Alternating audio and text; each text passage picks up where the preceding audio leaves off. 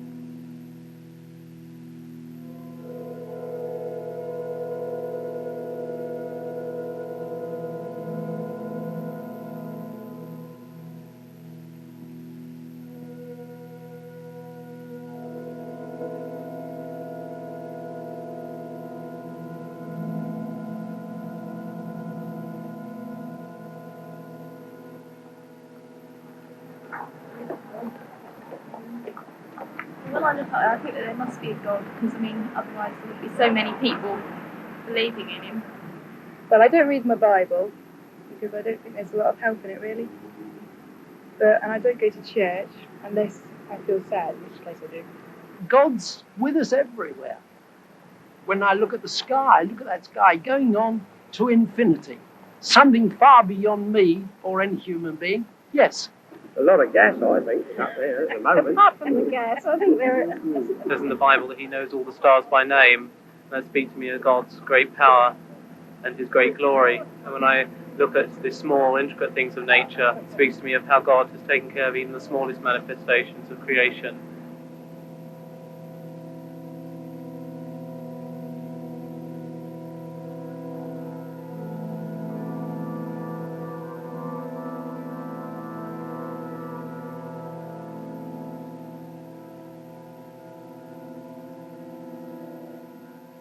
Good evening.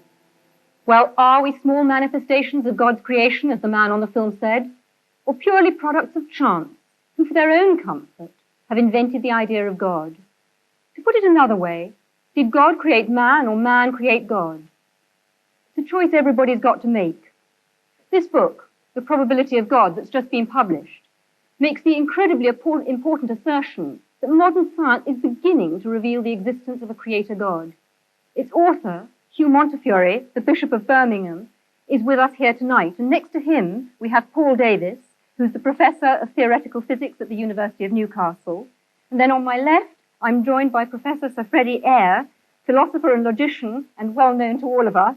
And on my far left, Professor Sir Herman Bondi, Master of Churchill College, Cambridge, a renowned scientist and President of the British Humanist Association.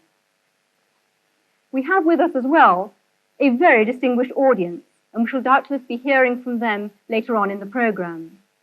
But is a discussion on the nature and existence of God relevant today?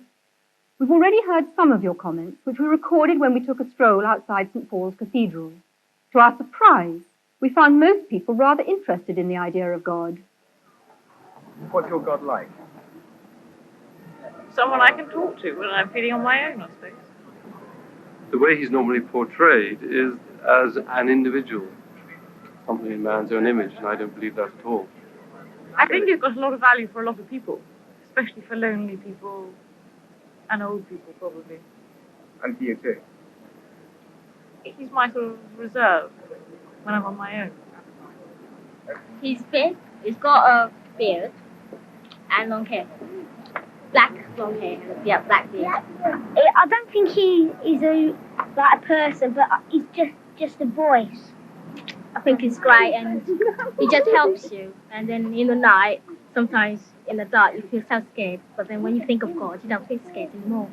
He's tall with a beard and he's just a great man. So he looks a bit like you in some ways. I do believe there is something that's well, not exactly makes decisions for us, but knows more than we do. Do you believe in God? No, only actually from the point of view that I do believe that there is a point beyond which people are unable to comprehend, and when that point is arrived at, then they encapsulate the whole thing in the concept of a God. When I look around at the suffering in this world, then I don't believe there's a God. If there was a God, he wouldn't cause the suffering that there is in this world. Then again, I think of Ethiopia with the Live Aid concert, and maybe there is. To get all people together, to get money together for children, I think, yeah, there is. Got to be. Well, was our universe created by a God or not? Hugh Montefiore's book says yes, and takes a fresh look at natural theology, which, as far as I understand it, is the argument that says that you can perceive the existence of God directly from the evidence of nature, and that, of course, includes scientific evidence. Hugh Montefiore, couldn't it be argued that you are, in fact, trespassing on other people's patch? Well, yes, you could argue anything, but I don't really see why we shouldn't reflect on what the scientists have said. I think people mix up science with the philosophy of science, that is, its meaning and interpretation. I really think anyone can have a go at that. I certainly have, and will continue to do so. I don't want to prove from the natural sciences that God exists. That I don't think can be done. But I do think we can now see that there's a high probability that this world is not a random occurrence.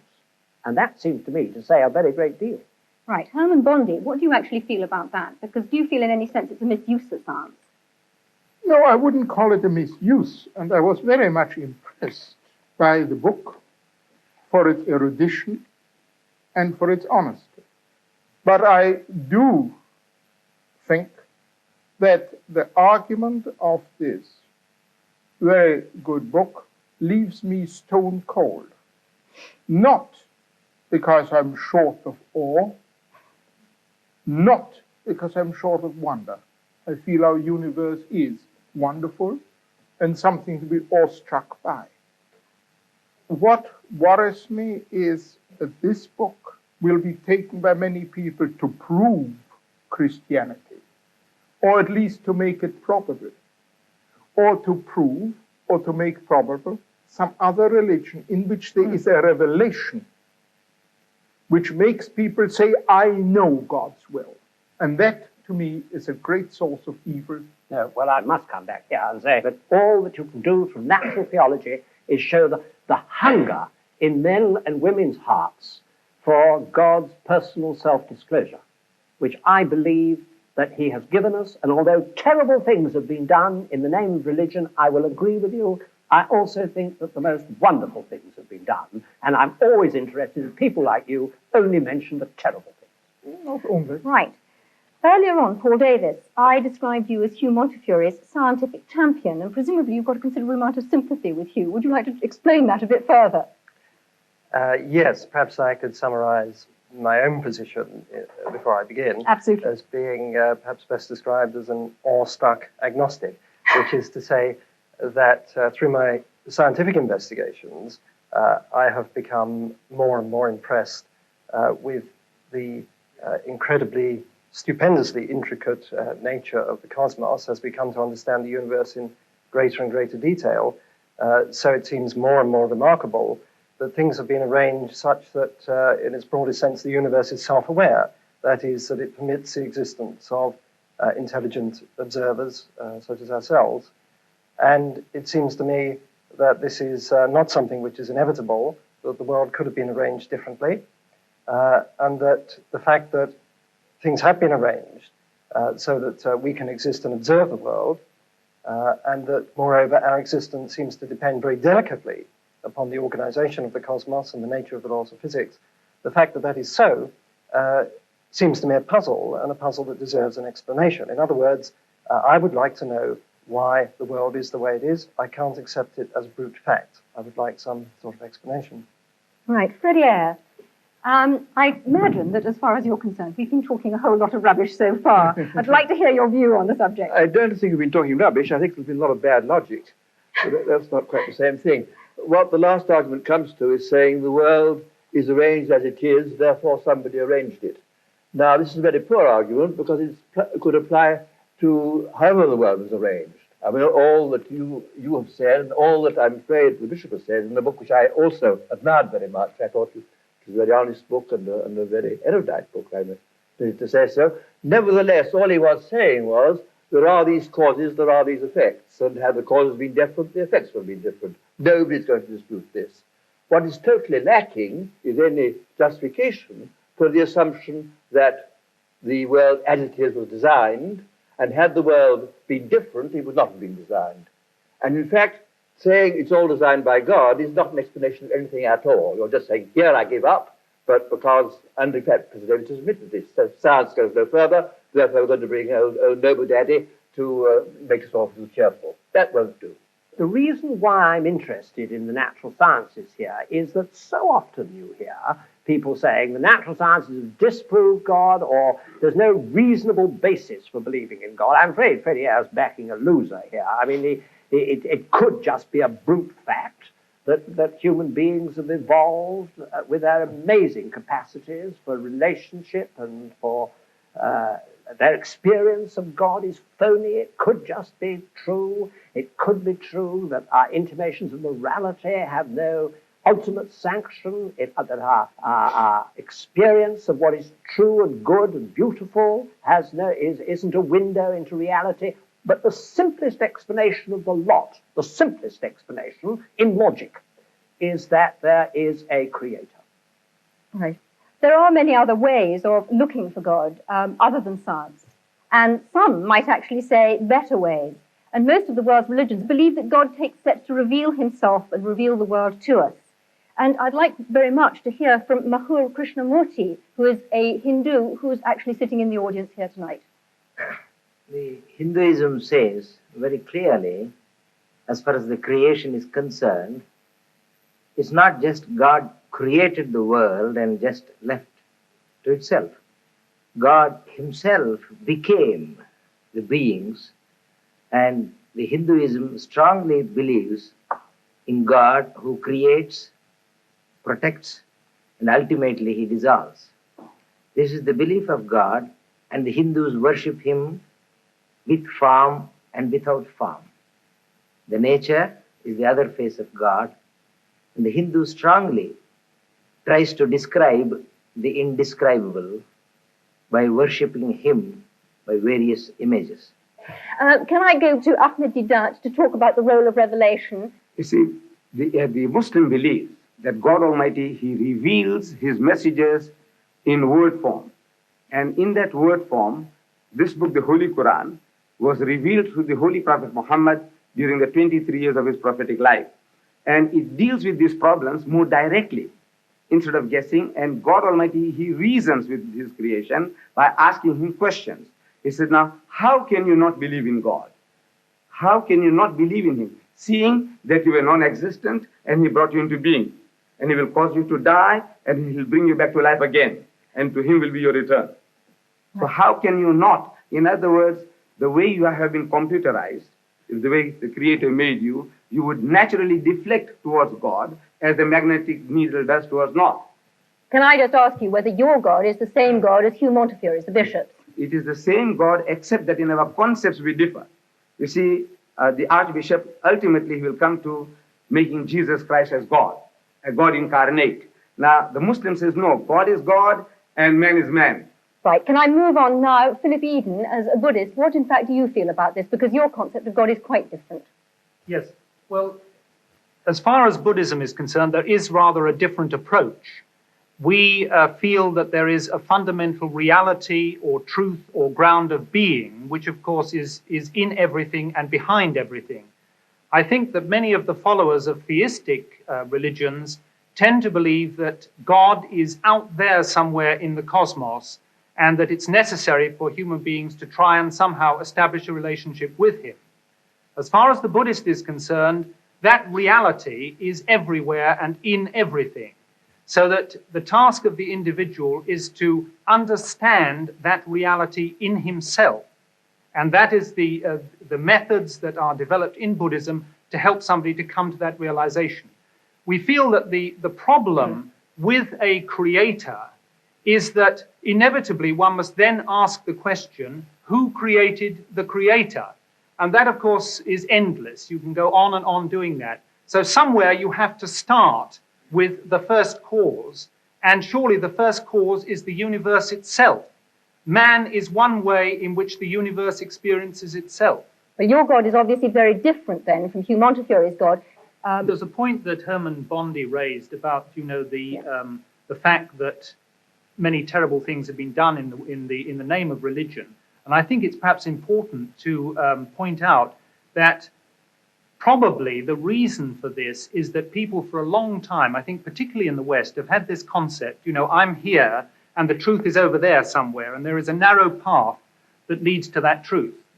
If you have that concept, which I sort of think of as a fan-like concept, then inevitably, if you believe that you have found the right path, all the other paths are wrong, and your task is to force everyone onto that narrow path. Surely it would be so much better if we had this concept of the truth being, as it were, at the center of a circle. We are somewhere on that circumference, and there are many different paths that lead into that truth.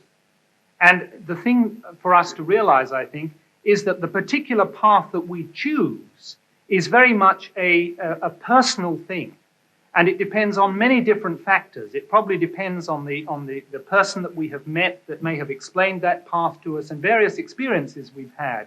If only we realize, all right, this path for me is the right one at this particular time, but that does not invalidate the other paths. But are you saying, therefore, that there's only one truth, that we only have one truth that we can actually listen to and experience? There can only be one truth with a capital T, one reality. And I think the point is that all the great religions have been trying inadequately in their own way to point man towards that truth.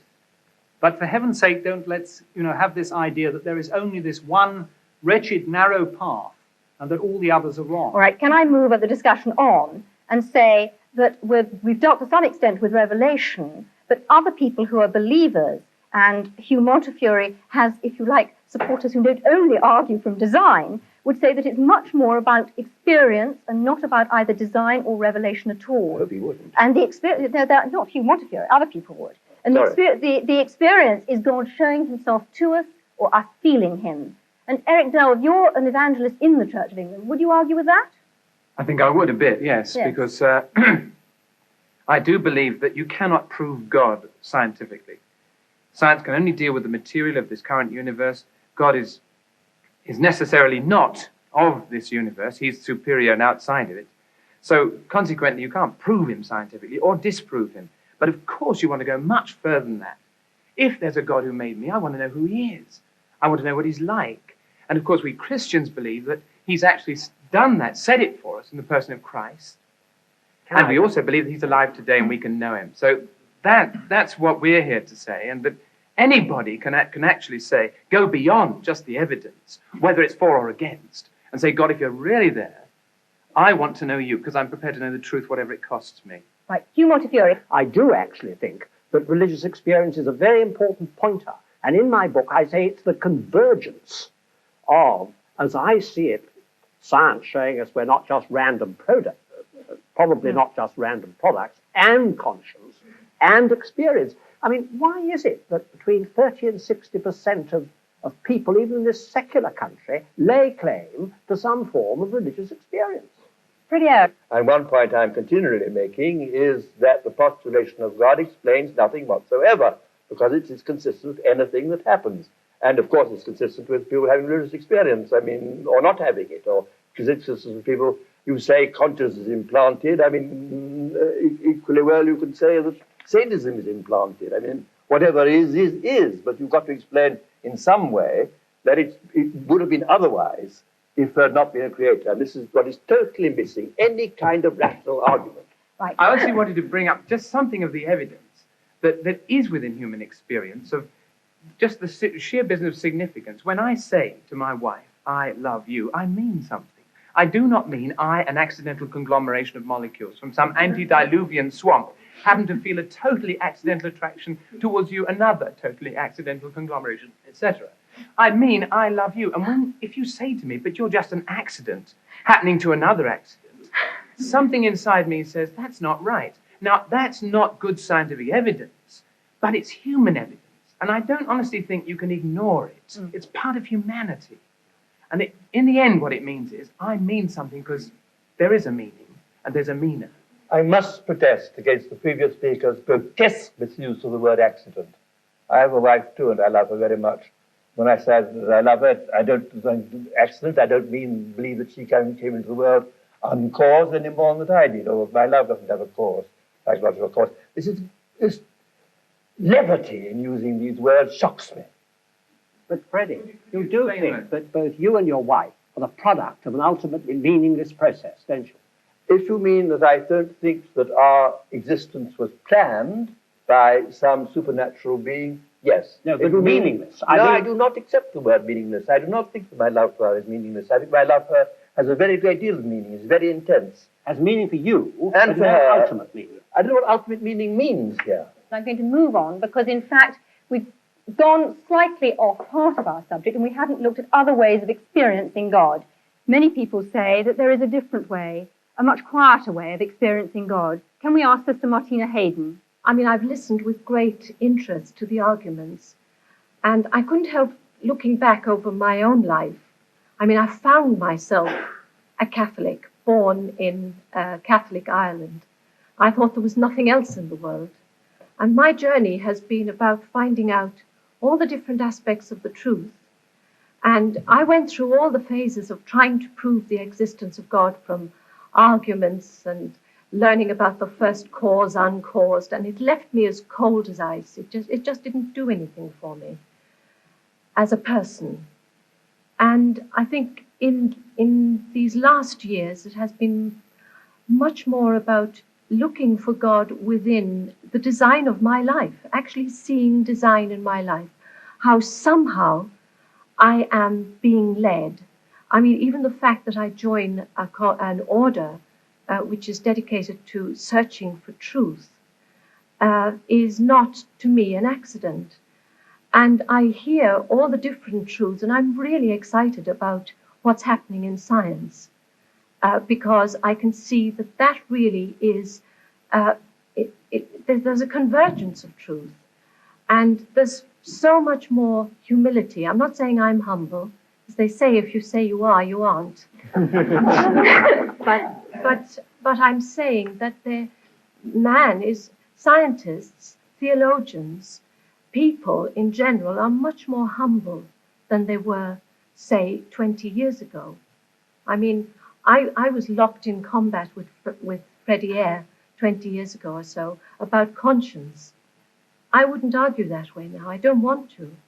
I can't match his mind. And I don't think the mind can actually say it all.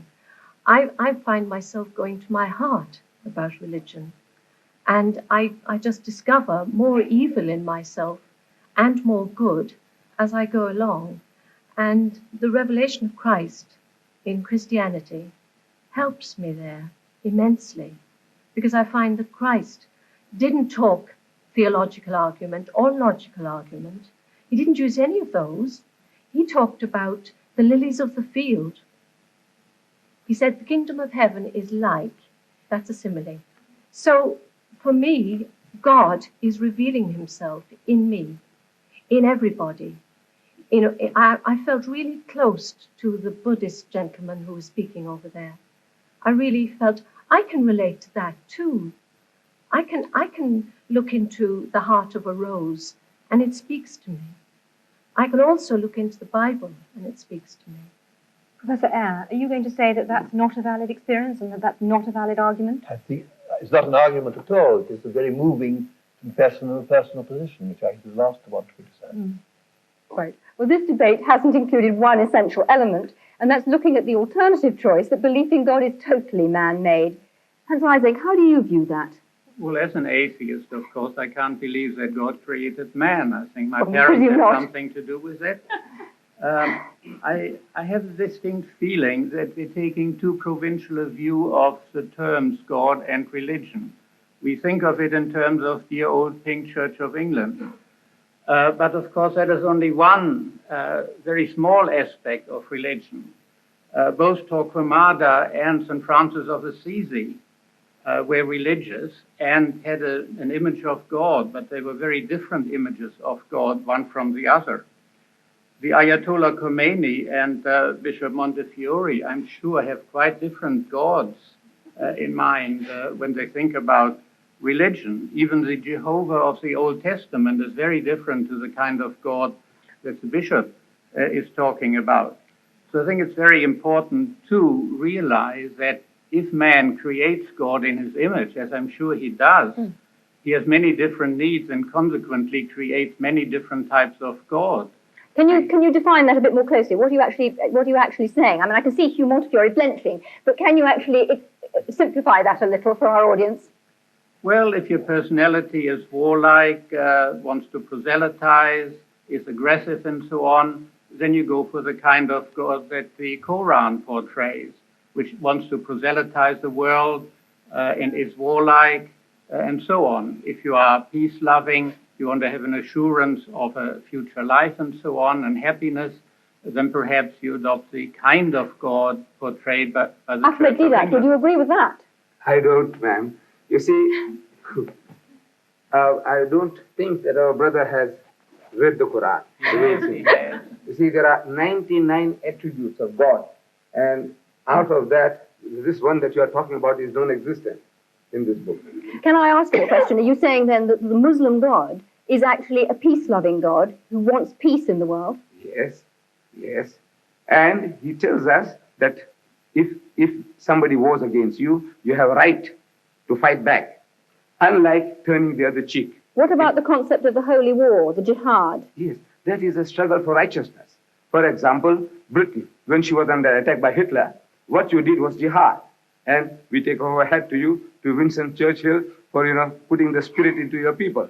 Now that is what is a defensive war. And you had to retaliate. Because if you didn't, if you just sat back, keeping Hitler at bay, it wouldn't have served the purpose. You have to attack. And in the state of nature, everyone has a right to do that. So Islam allows us to defend ourselves and to extend our hostilities to a reasonable amount of satisfaction and retaliation. All right, can I come back to Hans Eysenck, and perhaps you'd like to develop it a little further, because we've actually heard an exchange between the two of you, but would you like to come out on a little bit further about perhaps other religions and not only about Islam? Well, it's not so much a particular religion, because within each religion you have all sorts of different gods. As I was trying to say, that of Torquemada and that of Francis of Assisi are all Christian gods. They're entirely different. So man creates God in his own image, even within a given religion, and certainly between different religions. The God he needs will be a different God according to his own personal requirements and to the kind of society in which he lives. Our society is different to that of the time of the Crusades, and consequently we need a different kind of God. Can I ask you then about the role of conscience, and where does conscience come from? Well, psychological experiments on conscience have shown pretty conclusively that you can manipulate it and create it through a process of social learning, Pavlovian conditioning, and so on. It is something that is acquired through social influences, although there is also a strong genetic factor in it. In other words, altruism, the tendency to do good to others. is certainly, to some extent at least, genetically controlled, in the sense that if you look at identical and fraternal twins, there's a much higher correlation within the identical than within the fraternal groups. And the same is true of religion. I think that's a very important point, Professor that Eyre. religious beliefs are in fact genetically controlled. Professor Eyre, where do you think conscience comes from? I entirely agree with the last speaker. I have no quarrel with that at all. Anybody in the general audience? Yes, in the front row. I'd like to throw out a definition that might be helpful to some people of the difference between religion and Christianity, because there's a distinct difference. Religion is largely man, by his own efforts, some of which have been demonstrated tonight, in terms of mental gymnastics, trying to get to God and looking at the most powerful thing, like the sun, and bowing to that. Christianity is God coming for man. And I was interested in Herman Bondi's remark that he's an anti-revelationist. If there's a God at all, there's no way we can know anything about him by guesswork, only that he should reveal himself to us, which he did in the person of Jesus Christ and became human. Okay, but where evidence. does conscience come from? Conscience is given to us by God, and we are in the process of numbing it and pushing it down to suit our own purposes and interests, which is called selfishness. Other people in the audience, where does where does the conscience, where's the idea of conscience come from? Yes. I would say the conscience comes from the human soul. It's the human soul speaking out and crying out for release. Okay, it's not just fear. Do you not think that it's an animal fear, a fear of being found out? Yes, Daniel Rubinstein. I think it's a sort of fear of alienation, really, being cut off from the rest of the community. And I think perhaps that, for instance, that Live Aid event demonstrated a huge sense of community. Everybody wanting to join yes, in. Herman I Bondi, think- would you share that? Well, I certainly feel that we are basically herd animals, and that all herd animals must have feelings like conscience.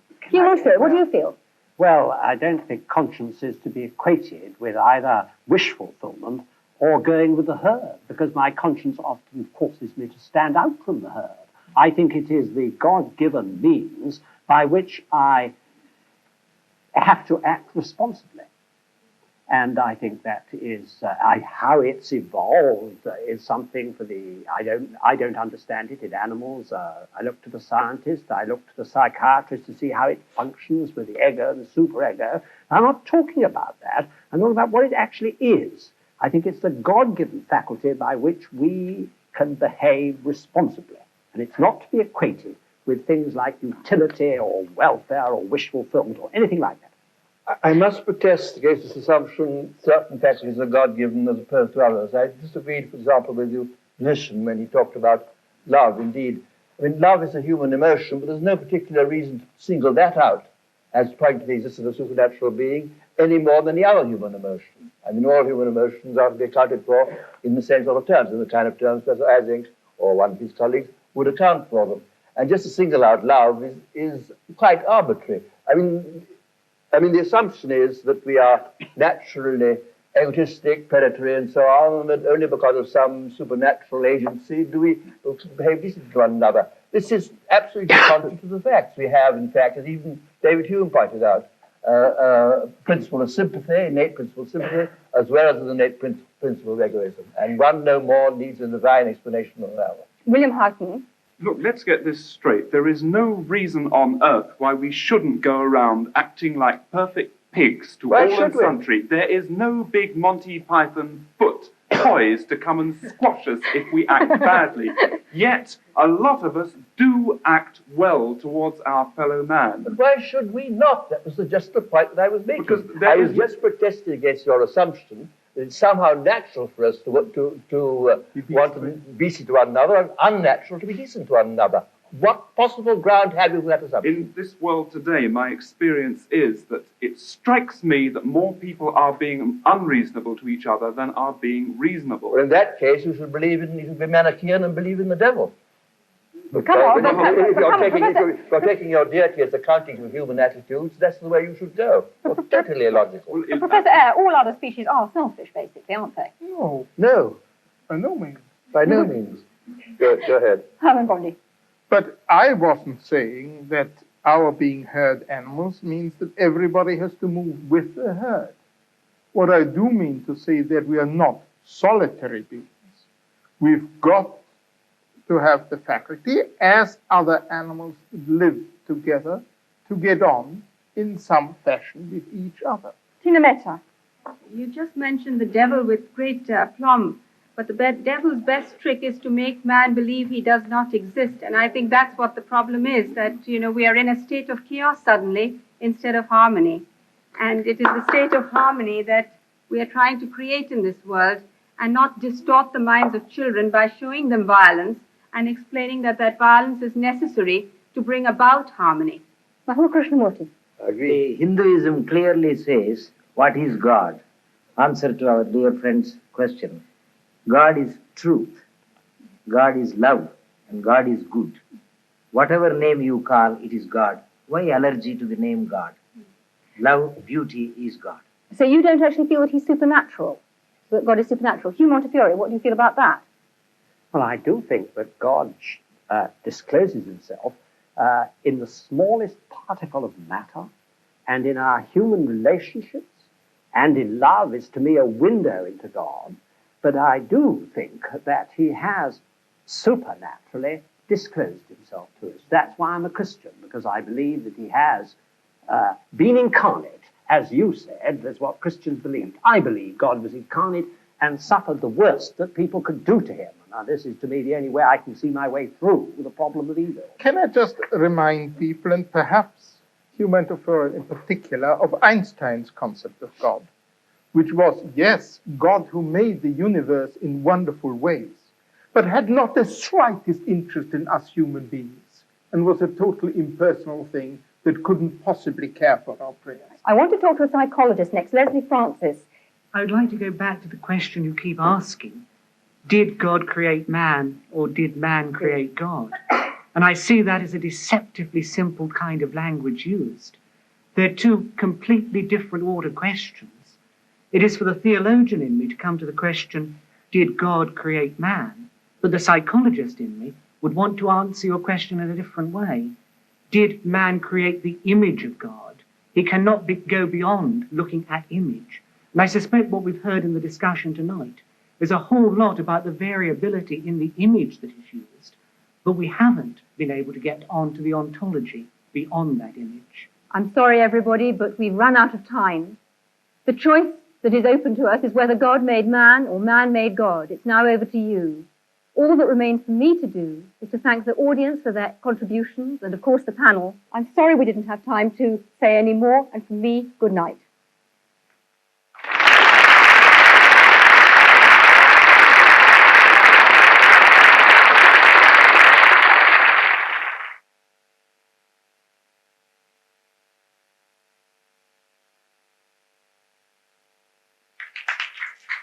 Mr. Chairman, if you would allow me, I would like my brothers and sisters to loosen their limbs. If they stand up and take a deep breath before sitting down again. All of them, please. Please. Take a deep breath or two and loosen your limbs and you can relax.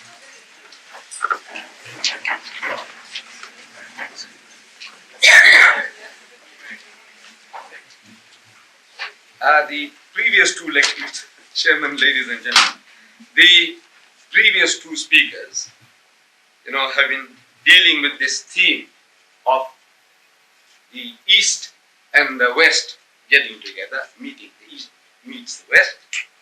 It's a kind of a symposium we have been having. And in that symposium, the subject of law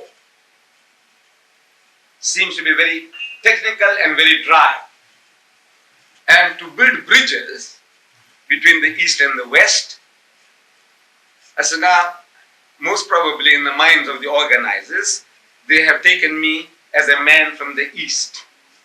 And they are right in that I have really come from the East.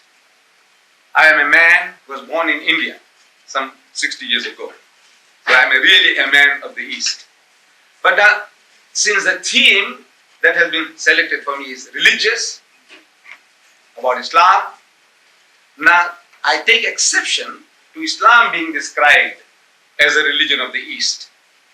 If we take Islam to be an Eastern religion, then Judaism and Christianity are equally Eastern.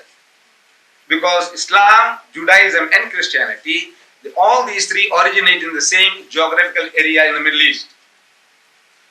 Though I personally come from India, and my forefathers were Muslims, born Muslims, originally in the very dim past Hindus. But now to share this East and West, for the moment if I agree that Islam is from the East and the Western religions would be then Judaism and Christianity, for the purpose of this discussion this evening, I will accept that. So what is the relationship between these three? Judaism, Christianity, and Islam. In reality, from the Muslim point of view, these three are not three religions. From the Muslim point of view, it's the one and the same religion on different levels. And in the fundamentals of the teachings of Moses, Jesus, and Muhammad, there is not an iota of difference. Sounds surprising, doesn't it? In the fundamentals of the teachings of Moses, Jesus, and Muhammad, there is not an iota of difference between these three.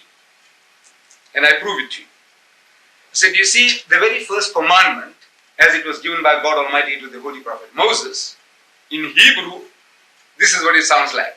So, Shama Israel Adonai Eloheinu Adonai Echad, which means, hear, O Israel, the Lord, our God, the Lord is one. Some 1,300 years after Moses, a learned man of the Jews, described as a scribe, he poses the question to Jesus in the Gospel of St. Mark, chapter 12, verse 29. He said, Master, in the Hebrew language, Rabbi, what commandment is the first of all? And Jesus answers and says unto him in the Hebrew language, Shama Israel Adonai Eloheinu Adonai Echad. Hear, O Israel, the Lord, our God, the Lord is one. He repeated word for word what was given by Moses some 1,300 years before. Not an iota of difference in the fundamental as given by Moses and Jesus. Coming to Muhammad, some 600 years later, after Jesus Christ, a Christian deputation approaches Muhammad in Medina, and they have a discussion, a dialogue for 3 days and 3 nights.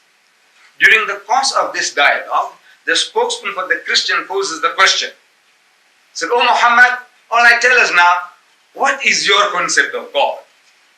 And Muhammad, as the Muslims believe, was made to say, on the authority of God, in the Arabic language, he said, "Qul huwallahu ahad."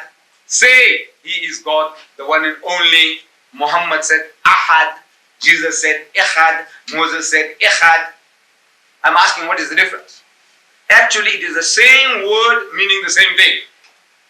The difference between Ahad and Echad in Arabic, if it was a blackboard here, I would have written it for you. If I wrote Ahad, and to make it into Echad, I just have to put a dot on the Ha. It becomes Ha. That's all. It's only the difference of a dot in the calligraphy, in writing.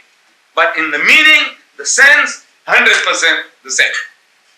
So we Muslims, we say that in the fundamentals of the teachings of the prophets, no difference. Then these differences that are there, we say these were out of necessity. See, Islam, we say, is the culmination of the teachings of Moses and Jesus, brought to perfection. The Holy Prophet Moses, we Muslims, we accept him as our own prophet, as we accept all the Jewish prophets as our prophets. That Moses was catering for the needs of his people. They had just been rescued from the Egyptian bondage. They were traveling in the Sinai Peninsula, oasis to oasis. A nation under those circumstances needed a law that would give them quick justice, an eye for an eye and a tooth for a tooth. There was no time for lengthy litigations. There was no time for putting a man in prison. That antisocial character, the adulterer, kill him, stone him to death, get rid of him. It was more merciful to kill him, stone him, than to leave him in the desert to die of hunger and thirst. And he becomes an object lesson for others. He said, you see, this guy here, according to our system, he could have had 100 wives. Because there was no law. There was no law among the Jews as to the limit of the wives. Solomon, if you read the Holy Bible, we are told, had 1,000 wives and concubines. 700 wives and 300 concubines, altogether 1,000. There was no law against the number of wives that one could have. So, under those circumstances, if one was not enough, you could have taken another. If two were not enough, you could have taken four. Why did you go and interfere with somebody else's property? Despoiling somebody else's rights? This guy, he deserves death. Stone him to death. And to me, this is the law. Eye for an eye, tooth for a tooth. Eye for an eye, quick justice. Get moving, there's work to be done. This was the philosophy, the psychology behind the laws that were given. And these laws, we Muslims believe, were given by God Almighty for the needs of the children of Israel. But laws have a tendency to change the characters of people over a period of time. Any law, every law, they change the characters of people. Hitlerite Germany, one of the most cultured nations in Europe, the Germans, supposed to be. That nation incinerated 6 million Jews. Alright, some say it's a fib. Alright, if not 6 million, 600,000, if not 6,000, if not 600, I say even that is dramatic enough. Just because they were Jews, if you destroy a people, I say it's dramatic enough, whether they were 600 or 6 million. How could this nation do such a thing like that? The land of Goethe and Beethoven, cultured nation. How can they do that? No, we can all be programmed. You see, under Hitler, they programmed the Germans, they said these are parasites. These people here, the Jews are like this, the Jews are like that. And once you work up a nation on that level, emotionally, and even the good-hearted people, they can see what's going on. But there's a closer eye. They say, look, they deserve it. They deserve it. And they allowed 6 million Jews to perish. Laws. In our own country. We are living in this country, everything is based on color. And because everything is based on color, we become color conscious. To such an extent that from my own experience I can tell you that since I'm a talker, I talk religion, I love to talk. And I have been inviting people, the whites, Jews, Christians, of course the blacks as well, Indians, Africans, coloreds. But I'm talking generally about the whites now. I have had hundreds of whites coming to my home. No, I invite them. They enjoy my dinner, they enjoy my food, my curry and rice, my spices. They enjoy it, and they enjoy my talk. Because everything that I'm speaking is from an angle which the man hasn't seen before. So he enjoys my talk, and he enjoys my food. But no white man has ever invited me to his home for a cup of tea. Yet. And I asked them, they meet me subsequently in the street. Mr. and Mrs. Daniels, Licol Products, I don't know if they still exist in Mobile, Licol Products. He was at my home. Mr. and Mrs. Beer Brothers, the furniture people, they were at my home. Mr. and Mrs. Deedat, Jews, they were at my home, I don't know. But I said, nobody ever invites me to his house for a cup of tea. When I meet them in the street, they meet me and say, now how's the missus? I said, she's very good, she's very well. I said, convey my regards to her, which I do. But nobody says, what about coming home for a cup of tea? So I asked them. I know it's a big joke. You see, I asked them, I says, you people, don't you know how to reciprocate? Don't you reciprocate among your own people? Of course you do. Then how is it that you don't reciprocate with me? I said, I tell you why. You see, at the back of your mind, at the back of your subconscious, you are thinking in terms of color. That if this guy comes along to my elite home in Durban North, or somewhere in Westville, with this funny headgear and this beard, looking for number 10 Downing Street of yours, and I see people are watering the garden and somebody is doing something else, and I come along and see the number, I come and knock at the door, and Mrs. Smith, she opens the door, smiling face, oh, Mr. Deedat, come in. So I go inside there, 5 minutes goes, half an hour goes, and the thumbs begin to wag. He said, what's this woman, Mrs. Smith, doing? I said, that coolie has gone inside so long. What's happening? Is she running a shebeen or what? I'm subconscious. Subconscious. And if I was there, and if his brother-in-law comes along, Mr. Smith's brother-in-law comes along, he'll have to apologize for my presence. You know what he's going to do? He said, this is Mr. Deedat. We went to his house and his family, they treated so wonderfully. We had such a lovely meal. All that you have to go out of your way to explain my presence there. If it was another Mr. Brown, he said, this is Mr. Brown. He said, hello. But Mr. Deedat, you have to explain how does it happen that this pulley happens to be here. So you have to explain. So this is at the back of the mind. Back of the mind. Subconsciously. This fear is there. So now nobody invites me for tea. I know somebody might laugh. I hope you don't, because I want to still keep on saying nobody has. So we say now that is laws. Laws change the characters of people. So by the time Jesus comes on the scene, the Jews had a law, eye for an eye, tooth for a tooth. So the Jews forgot forgiveness. See, I was trying to chase the birds. Suppose I was there then, in the time of Jesus. I was trying to chase the birds with the old-fashioned sling, the one that David used, with a stone. And that stone damaged your eye. So you go to the judge and say, look, this guy here damaged my eye, damaged his. I said, look, it was an accident. My brother, I didn't mean it. I was trying to chase the birds from the field. So look, forgive me. He said, no, the law says an eye for an eye and a tooth for a tooth. I said, look, I'll compensate you. I'll give you a heifer. I'll give you a goat.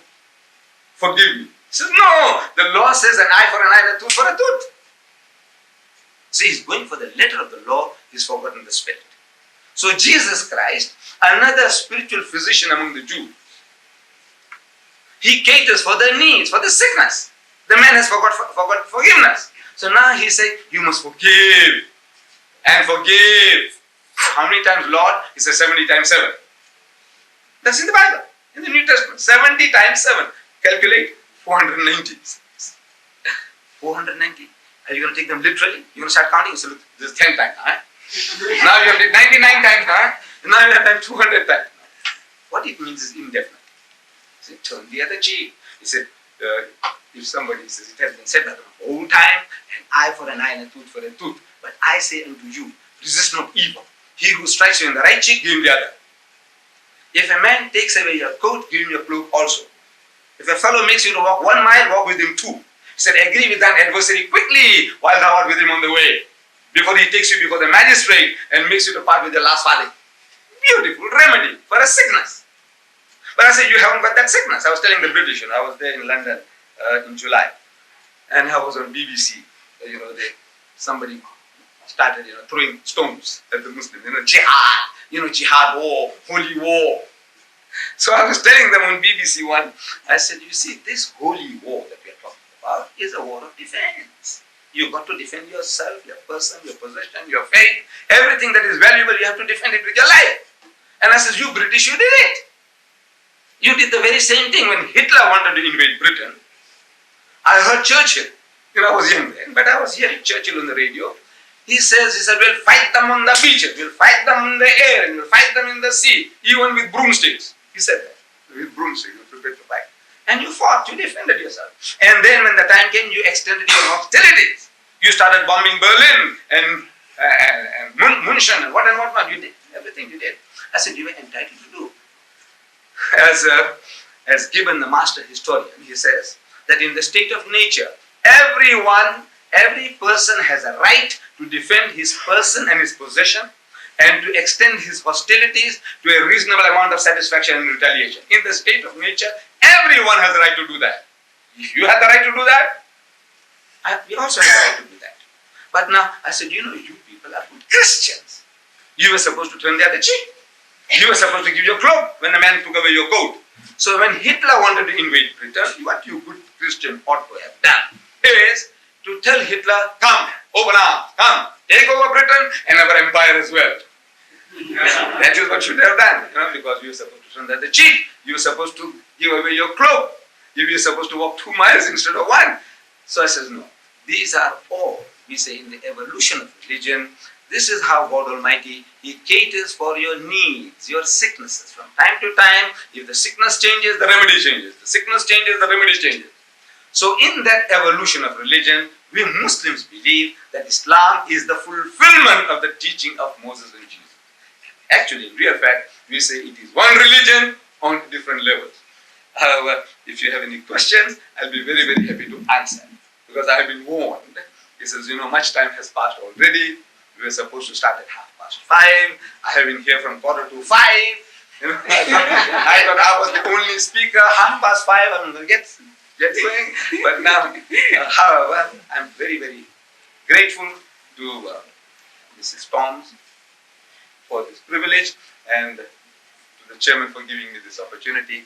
And if there are any questions that we can build further bridges, if there is a difference, why the difference? If there is a difference, why the difference? Why are we at war in the Middle East? Why are you people fighting? Who? The Jews and the Muslims. What are you fighting for? So I'm telling my people. I get there's a lot of visitors coming to the mosque. This mosque, incidentally, Mr. Singh spoke about it, Mr. Chetty spoke about it, and incidentally also I have brought it for you. It's given to you in that booklet. This mosque, the largest mosque south of the equator, this one here. On Fridays we get 4,000, a congregation of 4,000. The Durban population alone brings 3 busloads a week through this mosque. And among the people that visit us, there's invariably people asking the question. He says, now look, what is the difference between your religion and the other religions? So I said, look, most especially with regards to Judaism and Christianity, the Jews and the Christians, we are the closest to the Jew. In our concept of the divinity, we are 100% with the Jew. The Jew says that God Almighty is absolutely unique. He has no partners, he has no sons. God is not seen at any time. No man can see God and live. And we give our hand of acceptance to the Jew that we believe as you believe. The Jew says no eating of the flesh of swine. We say we won't eat it. He says no eating of blood. We say we won't touch it. He says circumcision. We say we all circumcised. What more do you want? we believe in all the Jewish prophets as our prophets and all the heroes as our heroes. I'm not talking about the modern ones. With them we are at war. I'm talking about the prophets and heroes in the Bible. We accept them all. So we are at war. What are we fighting about? I said we are both fighting for a piece of land. My brothers, the Arabs, they say Palestine belongs to them, and my cousin, the Jews, they say Palestine belongs to them. They are both fighting for a piece of land. It is not a racial war, it is not a religious war. The Arab doesn't say kill the Jew because he's a Jew. Jew doesn't say kill the Arab because he's a Muslim. No. He says, no, this is my land, says the Arab, you stole it, I want it back. The Jew says, no, I inherited it 4,000 years ago, and that's a battle. It's a political battle. There's nothing to do with the religion. With the Christian, we also claim a unique relationship. Islam is the only non-Christian faith which makes it an article of faith for its followers to believe in Jesus. No Muslim is a Muslim if he does not believe in Jesus. We believe that Jesus was one of the mightiest messengers of God. We believe that he was the Messiah. We believe that he was born miraculously without any male intervention. We believe that he gave life to the dead by God's permission, and he healed those born blind and the lepers by God's permission. We are going together. The only parting of the way is we say he's not God Almighty in human form, he's not God incarnate, and he's not the begotten Son of God. Metaphorically, we are all the children of God, and he would be nearer to being the Son of God than any one of us, because he'll be more faithful to God than any of us can ever be. From that point of view, Jesus Christ is preeminently the Son of God. But our difference is when you say that he is the begotten Son, begotten, not made, so we take exception of that.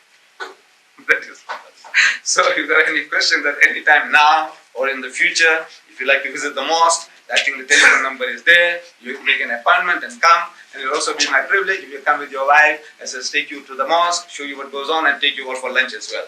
That's on the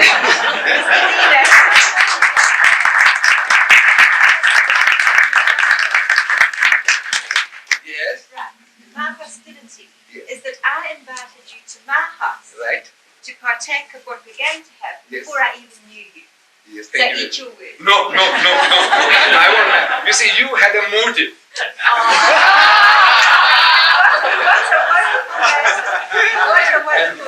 I give it. Thank you. Mr. Deedat, thank you for a most enchanting talk on not only on the religion of Islam, but on humanity, mankind, and it was most interesting, and I'm sure every one of us had loved it.